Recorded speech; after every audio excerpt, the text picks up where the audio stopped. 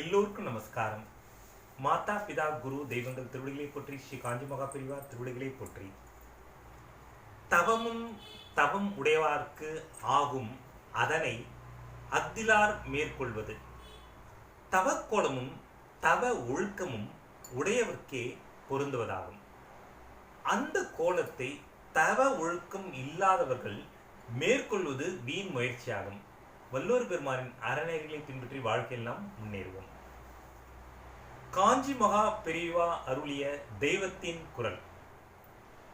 இந்த அத்வைத தத்துவத்தை, அதாவது எல்லாம் ஒன்று என்ற தத்துவத்தை அனுபவமாக நாம் அறிந்து கொண்டு விட்டால் எந்த ஒரு துன்பமும் நம்மை வந்து சேர்வதில்லை.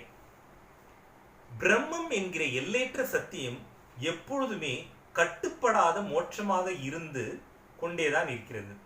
பிரபஞ்சத்தில் ஆகாயம், அதாவது இந்த ஸ்பேஸ் இருக்கு இல்லையா, எங்கு பார்த்தாலும் கட்டுப்படாமல் இருக்கிற மாதிரி, அந்த ஆகாயம் கட்டுப்படாமல் இருக்கிற மாதிரி இந்த பிரபஞ்சத்திலே பல பானைகளை வைத்திருக்கிறோம் என்றால் அவற்றுக்குள் இருக்கிற காலி இடத்திலும் எப்பொழுதும் இந்த ஆகாசம் இருந்து கொண்டேதான் இருக்கிறது. பல பானைகள் இந்த உலகத்தில் நம்ம வச்சுக்கோங்க பானை. அந்த பானைக்குள்ள கூட அந்த பரந்த வெளி ஆகாசம் இந்த பானைக்குள்ள இடத்துலயுமே இருக்கு. அந்த வெளி, அந்த பரந்த வெளி ஸ்பேஸ். ஆக ஒன்று எங்கும் பறந்து விரிந்த மகாகாசம், ஒன்று அந்த வானம் பறந்து விரிந்த மகாகாசம், மற்றது பானைக்குள், அந்த பானைக்குள்ள உள்ள கடாகாசம் என்று அதை சொல்வார்கள். அந்த பானைக்குள் உள்ள கடாகாசம் என்று நம் பார்வையில் வேண்டுமானால் பிரித்து சொல்லலாமே தவிர இரண்டு ஆகாசமும் வாஸ்தவத்தில் ஒன்றேதான், இரண்டுமே ஒன்றுதான்.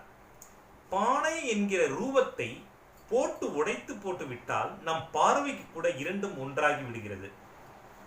இப்படியே பிரம்மத்தில் தனித்தனி பானைகள் மாதிரி நாம் ஒரு மாயா சக்தியால் நாம் எல்லோரும் தோன்றி இருக்கிறோம். அந்த பானை எப்படி தனித்தனியா தோன்றி இருக்கோ அந்த மாதிரி ஒரு மாயா சக்தியால் நாம் எல்லோரும் தோன்றி இருக்கிறோம். ஆனாலும் நாம் பிரம்மமே தான். மாயையின் பந்தத்தால் இது நமக்கு தெரியவில்லை.